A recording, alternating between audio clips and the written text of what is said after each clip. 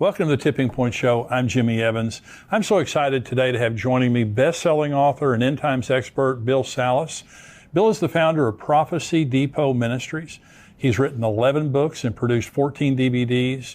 He's an author and speaker I've learned a lot from over the years, and I'm very glad to have him joining me today to discuss a very important prophetic event, the Psalm 83 war. Bill, thank you for joining me today.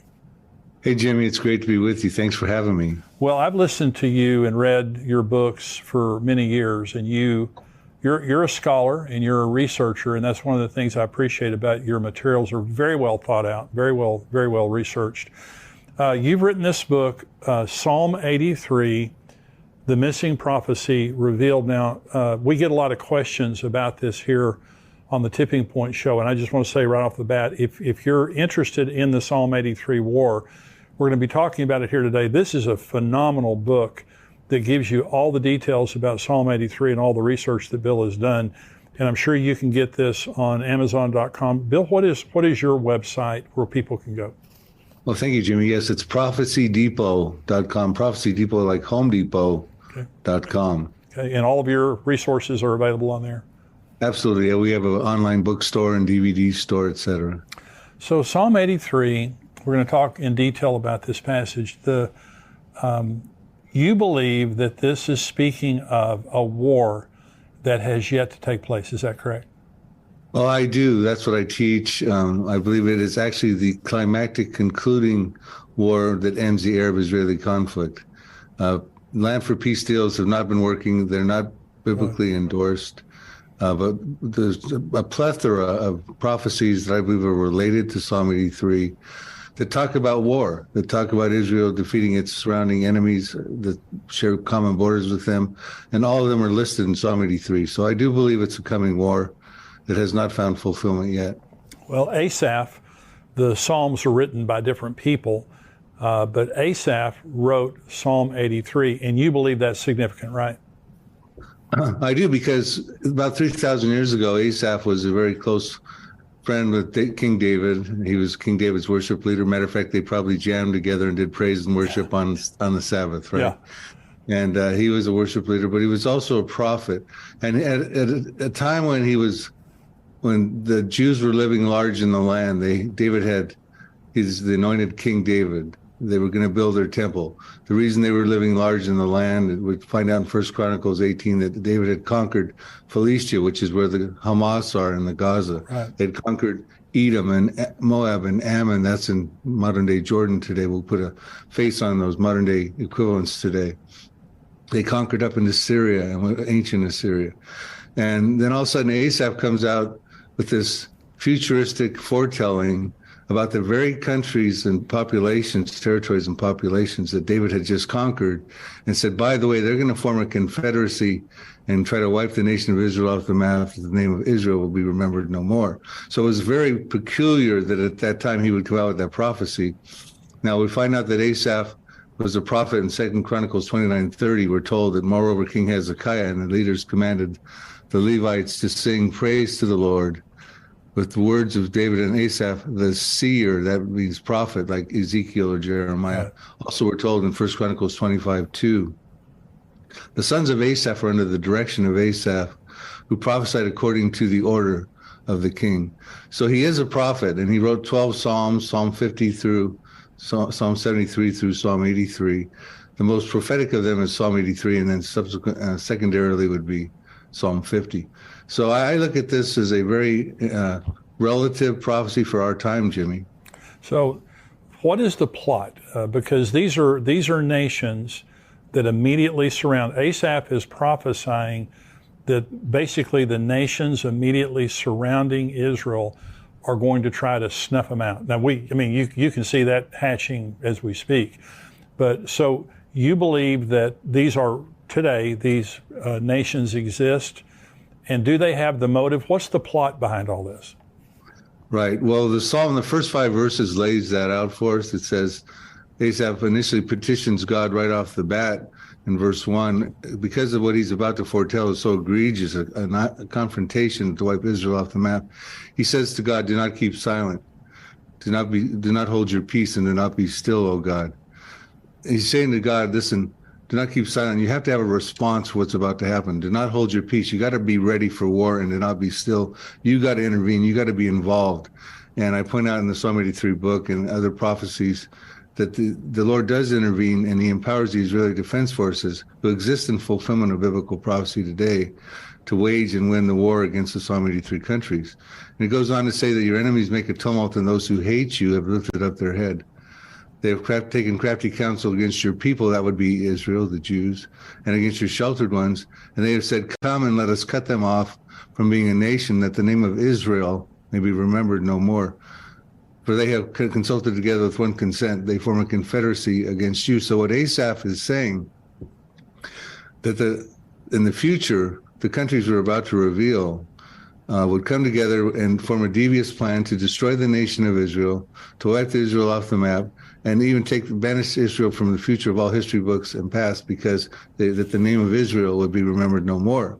And we're going to find that this is not a chronological assortment of Israel's enemies, but a contemporary group of modern-day countries, which actually came to war against Israel in 1948, 1967, and 1973. But that did not fulfill the prophecy, because the rest of the prophecy has to be fulfilled. And that's the plot. They want to destroy Israel, and we find out in Psalm 83, verse 12, the reason they wanted to destroy Israel and wipe it off the map is they want to take the promised land for their possession. They want the pastures of God for their possession. Right. So that's the plot. The participants are really important to figure out, well, who is this confederacy? And we find out in Psalm 83, verses 6 to 8, who they are. And of course, he talks about them in their ancient names: Moabites, Ammonites, Edomites, Gigabites, Megabites. Although they didn't have gigabytes and megabytes back then. Right? So we had, in the Psalm 83 book, we put forward faces and maps as to who they are. But he says right in the beginning, he goes, the tents of Edom, there's 10-member population, and the tents of Edom is the lead participant. He says the Ishmaelites, that would be Saudi Arabia. I'll tell you who the tents of Edom are in just a minute, in my estimation. Okay. Moab, that'd be central Jordan. The Hagarenes, that would be Egypt. Gebal, that'd be Lebanon. Ammon, that would be northern Jordan. Amalek would be down in the Sinai. Philistia, that's where the Hamas are in the Gaza. And the inhabitants of Tyre, so he's listed two populations so far in a habitation condition: the tents of Edom and the inhabitants of Tyre. Tyre would be in Lebanon, and that's where the Hezbollah hail from right now. Assyria has joined with them, and they have helped the children of Lot. So one of the members, Assyria, is actually helping the children of Lot, which is Jordan. Moab and Ammon were the children of Lot.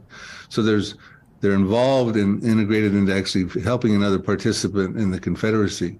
But the thing that's fascinating to me is he says the tents of Edom. He starts right off the bat. So whenever you see a member listed first in a Confederacy, that's really significant. It's sort of like the star of a movie. When you see the credits at the end of the movie, the stars are listed first, then the cast and crew subsequently come rolling onto the screen. Well, he says Edom is the star of this show, so to speak. But he puts them in a habitation condition, the tents of Edom. Tents represent biblically either military encampments or more prominently refugee conditions. Right. And the Edomites, as I trace through in my Psalm 83 book, have ethnical representation in the Palestinians today. Not all the Palestinians are of Edomite descent, but a majority of them are. And when we find them in a condition of refugee conditions, which happened as a result of the 1948 war, the tents of Edom became a reality when Israel came back in the land and the Arabs lost that 1948 war. And their plight is what's being bannered here, the Palestinian plight. They want a Palestinian state. They want to take the pastures of God for possession so they can have another Arab state. And of course, we see that there's our presidents and the international community is trying to broker two-state solutions, et cetera. So I think we're watching this unfold in living color in modern times, Jimmy. Well, Bill, right now the United Nations had a select committee last week recommend that Israel be tried in an international criminal court at The Hague for their occupation of Palestine, Palestinian lands, beginning in 1967. This goes back to the invasion in 1967. And so this is a committee, but if the United Nations passes this and they end up going to the International Criminal Court, of course, Israel's not going to recommend whatever they do, but it could be the first step toward an invasion. So How do you see this all coming out? I mean, we know that God's going to supernaturally give the IDF the ability to protect Israel. How do you believe this thing is going to take place, and what do we see right now that's leading toward that? Well, if you want my speculative scenario about what's on my radar screen, Jimmy, I would say basically what we're going to see happen is a sequence of events, prophetic events. One thing's going to happen probably in the near future, and it's going to lead to a succession of events on the heels of that event. And my suspicion is that Israel is going to strike Iran. And if they strike Iran, that's going to create a big issue because Iran has proxies surrounding Israel, Hezbollah in Lebanon, with 150,000 missiles pointed at Israel. Some of those are precision guided, could hit within a 20-foot radius. They could hit Tel Aviv, they could take out Ben Gurion Airport. They've got a bank of targets. You got Hamas down in the Gaza, right, who says we can match Hezbollah by lobbing at least 1,000 missiles a day into Israel. You got Syria, who used chemical weapons over 300 times in their Syrian revolution with Bashar al-Assad there. Right. They could be lobbing chemical weapons into Israel. You got the Houthis down below Saudi Arabia who say they can also hit Tel Aviv with precision-guided missiles they've gotten from Iran. You got Shiite militias in Iraq.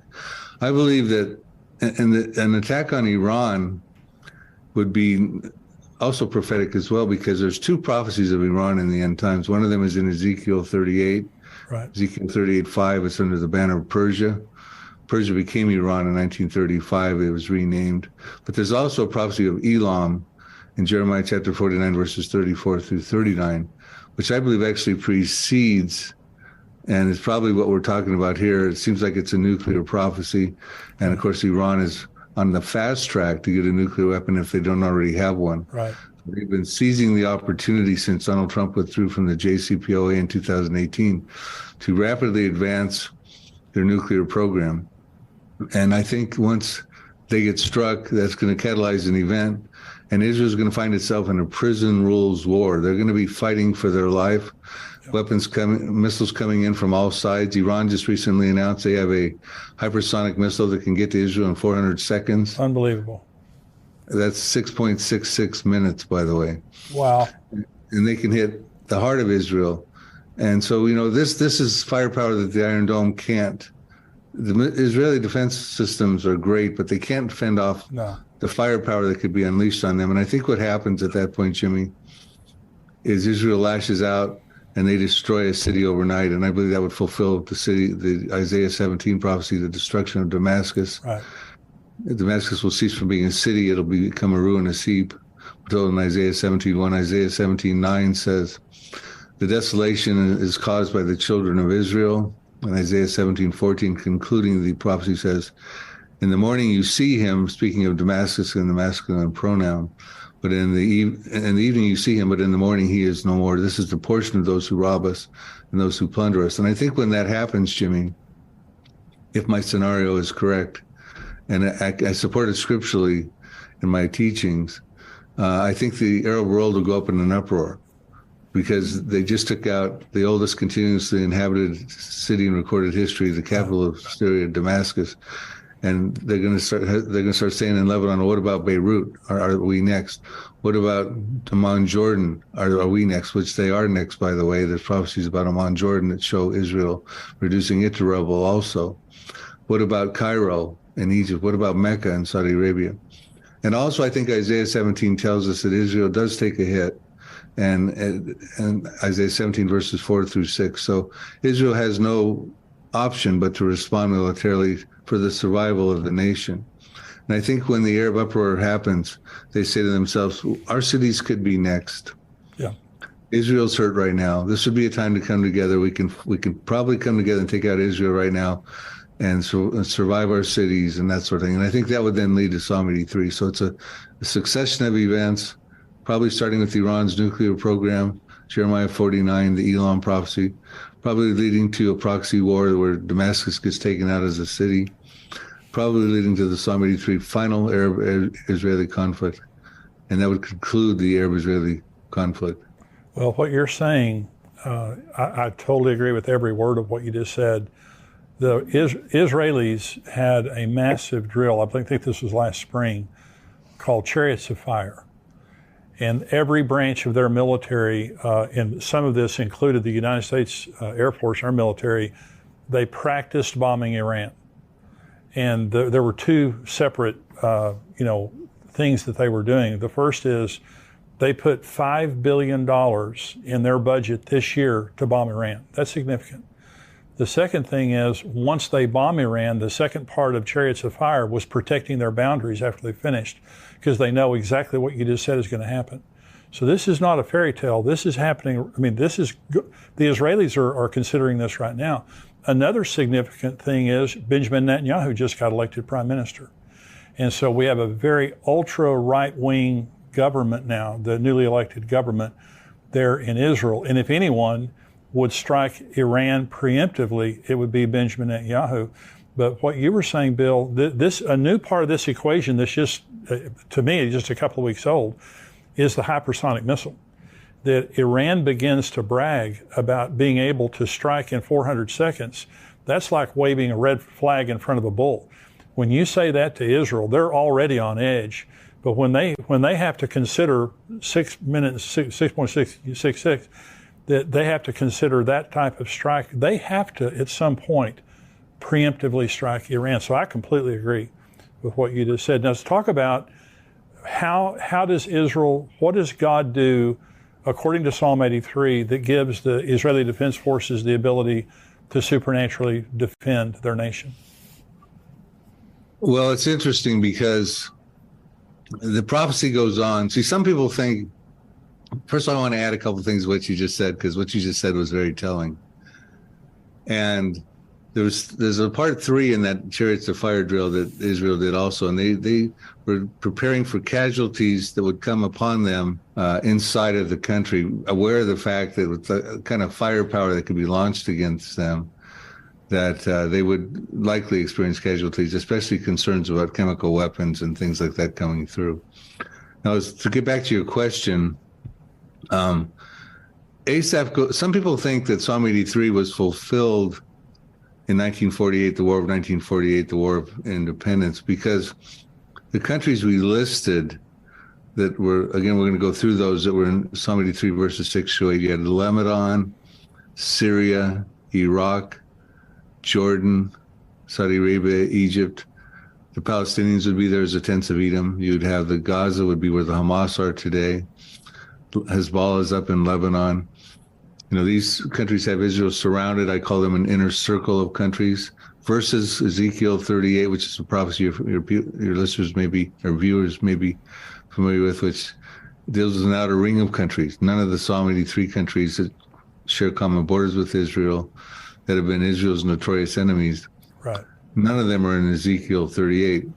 I believe that's because they're dealt with prior in Psalm 83. Because why wouldn't they be? Why wouldn't they be in Ezekiel 38 when you have Iran involved, and Iran has its proxies? And the Ezekiel 38, if they're familiar with that, draws our attention to how he wants God to deal with the Arab enemies. And we draws our attention back to Judges chapters 4 through 8. And it's this historical precedent where God at that time, through Deborah, Judges 4 and 5, the prophetess, the Canaanites had oppressed Israel for 20 years. She got her general Barak, and they went and defeated the Canaanites. They killed the king Jabin. Sisera was defeated, and the Canaanites never oppressed the Jews again. And then he draws our attention to Judges 6 through 8, where Gideon was involved with a 300-man army against the Midianites, who had oppressed Israel for 7 years, plundered it and oppressed it. And Gideon said, God told Gideon, you're going to stop this oppression. You're going to defeat them, their kings, their princes, Orb and Zeb, Zalmunna, etc.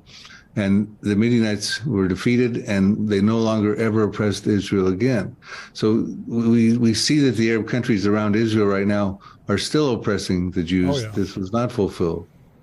Well, so the series of events that you're talking about, when you say that the Psalm 83 war is this ring of countries around Israel, you believe that then would lead to the Ezekiel 38 and 39 war soon thereafter. Is that right? I do. So let's let's talk about a few prophecies that are unfulfilled that I think are about to happen, and I think they're border prophecies or peripheral prophecies of Psalm 83. Okay. We're told in Zechariah 12, verse 2, that behold, I will make Jerusalem a cup of trembling or dizziness in some translations unto all the people that are round about the inner circle when they lay siege against both Judah and against Jerusalem. So someday the Psalm 83 countries are going to make a final bid to take control of Jerusalem.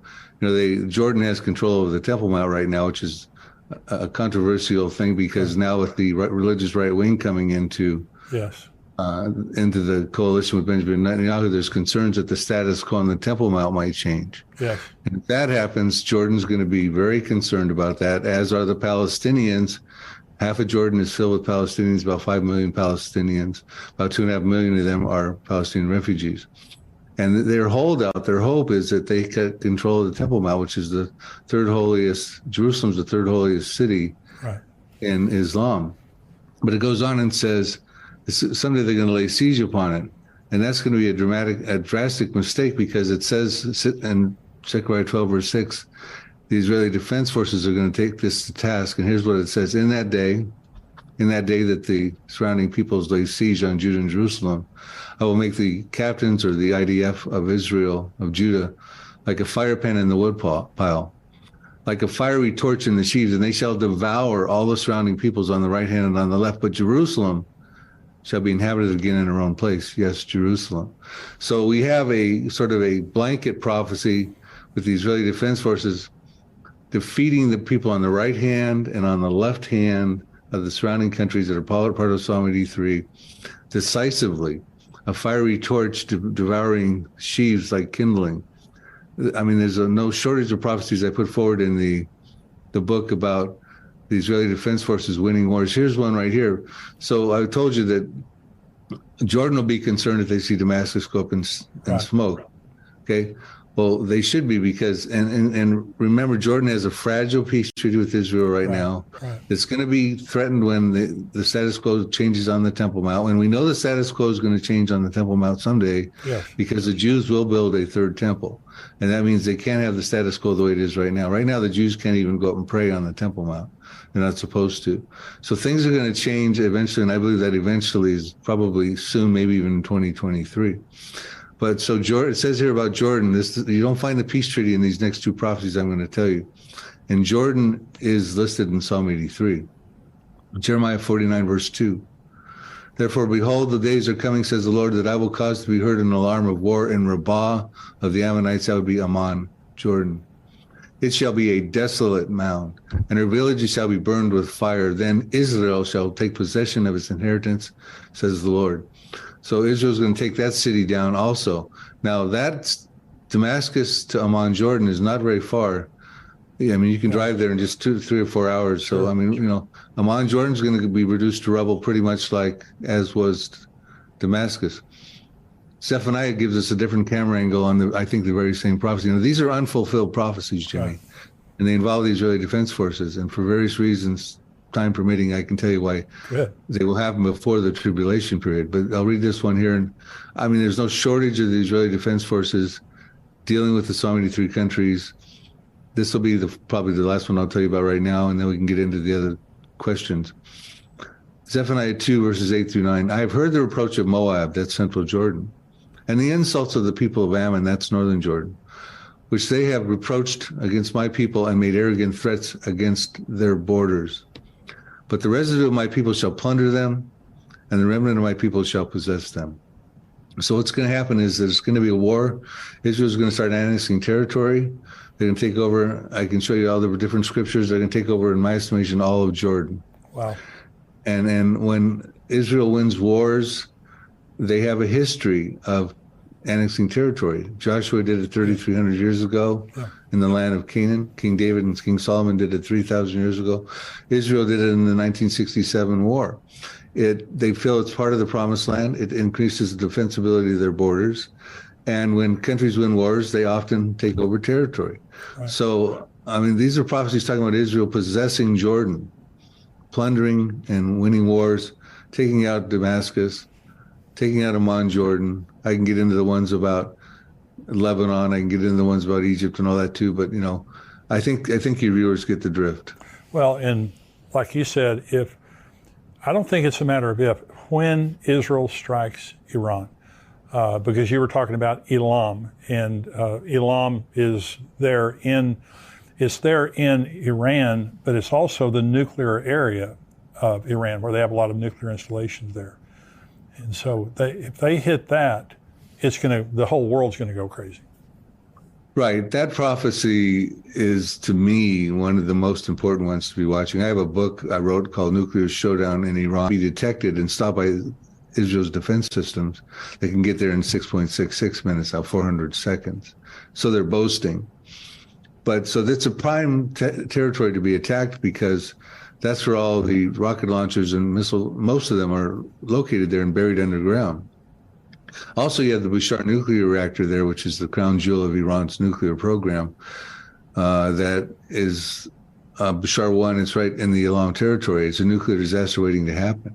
It's built on 3 tectonic plates. Wow. And they've had earthquakes there. There's concerns about that. The Arabs across the Gulf, who are rich in oil but are poor in water, they have 2/3 of the world's desalination plants over there in the GCC countries of Kuwait, Oman, Bahrain, UAE, Saudi Arabia, Qatar.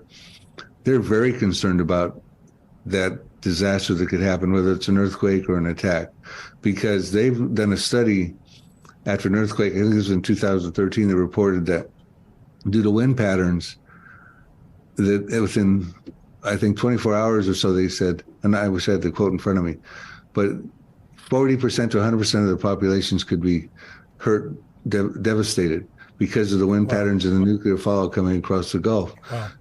They said that only 10% of Tehran could be hurt because of those Zagros mountains. The fallout would be blocked by those mountains. So, we're talking about dynamics now that you're not hearing on the mainstream media or the censored social networks. Right. This is a biblical narrative and prophetic perspective. Well, it's fascinating. Now, you believe that the Psalm 83 war is pre-tribulation, right? I do.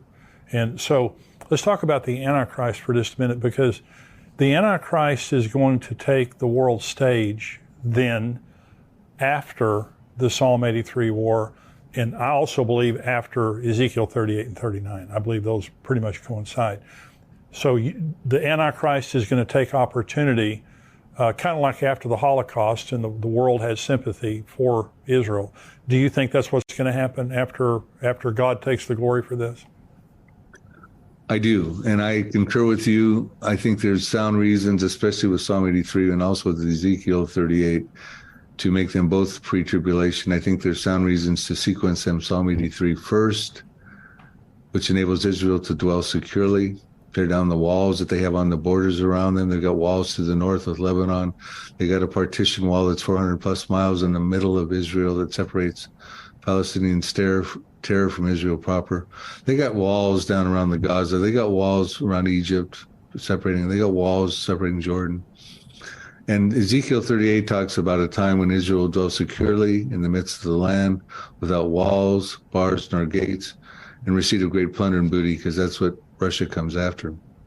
And I don't think that Israel exists just yet, but it can exist when the people round about Israel that are going to lay siege upon Judah and Jerusalem are defeated. And so I see Psalm 83 happening, and I can explain why both of these prophecies, but especially Psalm 83, which involves the Israeli Defense Forces. Ezekiel 38 does not involve the Israeli Defense Forces. That's right. God stops that supernaturally with an earthquake. The enemies who speak foreign languages will start killing each other. They'll panic. There'll be fire, great hailstones, flooding rains. Right. And God takes the glory for that. It says in Ezekiel 39:7, after that happens, I will make my holy name known in the midst of my people Israel. They shall not profane my holy name anymore. The nation shall know I am the Lord, the Holy One in Israel, which required two things. He said, my people Israel. Okay, well, that means the Jews couldn't have been destroyed in the Holocaust. They had to be brought back into the land. Right. And that means the so many three Arabs can't destroy them also, because God has plans to make his holy name known through his people Israel. And they will say that the Holy One in Israel, meaning there had to be a land of Israel. The Arabs can't be successful in Psalm 83 and take the pastures of God. Now, when it says the nation shall know I'm the Lord, I think this would be quite certain that the world is going to go, that was the God of the Jews. Now, that doesn't mean that they come to a salvation knowledge. Yeah. It would be nice if everyone in the world and all the Jews jumped on the Jesus train, but I don't believe that's what's being said there. God is saying, look, and I think the timing is critical before the tribulation, before the Antichrist comes on the scene. God's saying, look, I'm the God who upholds the Abrahamic covenant. I'm the God who keeps his promises to the believers in Jesus Christ. Now you can choose me now, and look what I've just did. I've defended my Abrahamic covenant. I've kept my people Israel in the land. I've kept the promised land intact. I've stood behind it. My covenants to Abraham 4,000 years ago, because pretty soon you're going to have on the nearby horizon a guy coming on, a charismatic world leader, who's going to force you to worship him. So I want you guys to have the clear, clean choice now before that happens. Also, the other reason I don't think the church is here necessarily for Ezekiel 38 is because 3 times in Ezekiel 38, God calls the Jews my people Israel. Really not a place for the church in that prophecy, so to speak. The Israeli Defense Forces winning wars against the Arabs, there's a timing sequence we can figure out on that, because they're not going to be fighting in the tribulation period. We've already ruled out they're not fighting Ezekiel 38, which could be just before the tribulation period. But they're not going to be fighting the tribulation period, because if you break the tribulation period down into its 2 compartments, you have a first half of 3.5 years, you have a second half of 3.5 years.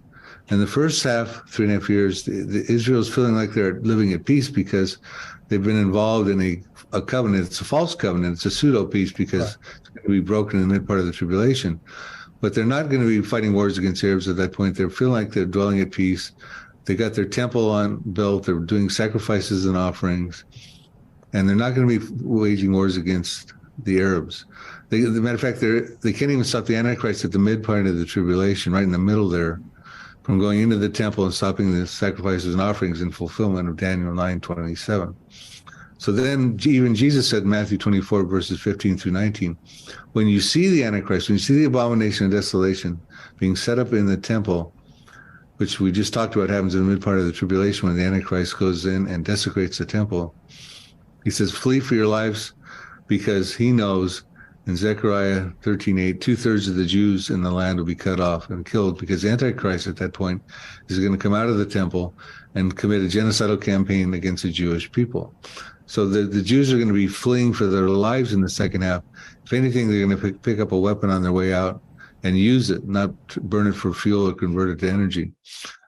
Because, and they certainly won't be fighting Arabs at that point either. Right. The wars with the IDF, and there's numerous ones, in fulfillment of Bible prophecy, I put those before the tribulation for ththose very purposes. I think that makes perfect sense. Bill, I want to thank you for joining me today. Now, let me say again, your book, Psalm 83. Now, Bill has lots of end times books. Psalm 83, The Missing Prophecy Revealed, and there's so much in this book, and you've hit the highlights here. Anything else you want to add to that, Bill? I just recently completed a Here to Eternity series, which goes from the now prophecies that could happen at the present time to the next prophecies that have some minor preconditions, to the last prophecies which happen in the first half of the tribulation, to the final prophecies which happen in the second half of the tribulation, to the millennium and the New Jerusalem. So we now have materials available through books and DVDs, a series that can take the reader from now on and through the tribulation on into forever. And of course, I personally am a preacher, rapture believer, so I don't believe every believer right now is to be going through the tribulation, but there will be many people who get saved in the tribulation period. We find that out in numerous verses. So we have materials even that can be passed on to them, so they'll know what's coming and how to survive that treacherous period. But I would say in closing, Jimmy, and again, thank you for having me on your program. I think we need to realize that we're about at a time right now where Benjamin Netanyahu has to take action. Iran has got missiles now that can get to Israel in 6 minutes. They've got a nuclear program that is almost probably, if not already, has a nuclear weapon. Right. They want to wipe Israel off the map. They've made that clear. Ayatollah Khomeini has said on numerous times, Israel is a cancerous tumor.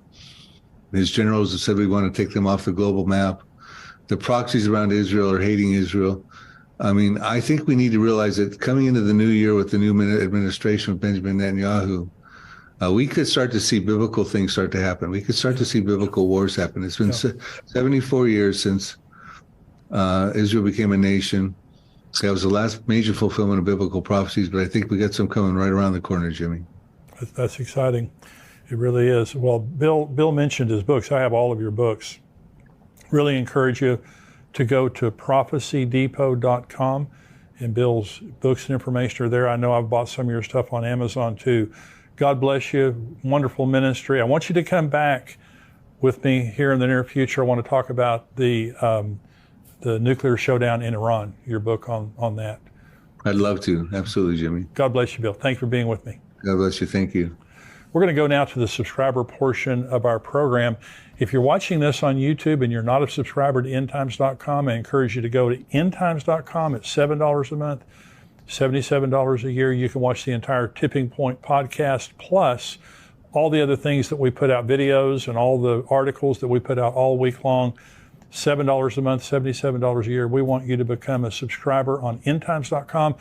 If you are a subscriber, we're going to go now to the subscriber portion. You cannot watch all of the podcast on YouTube. You have to go to endtimes.com or respond to the email that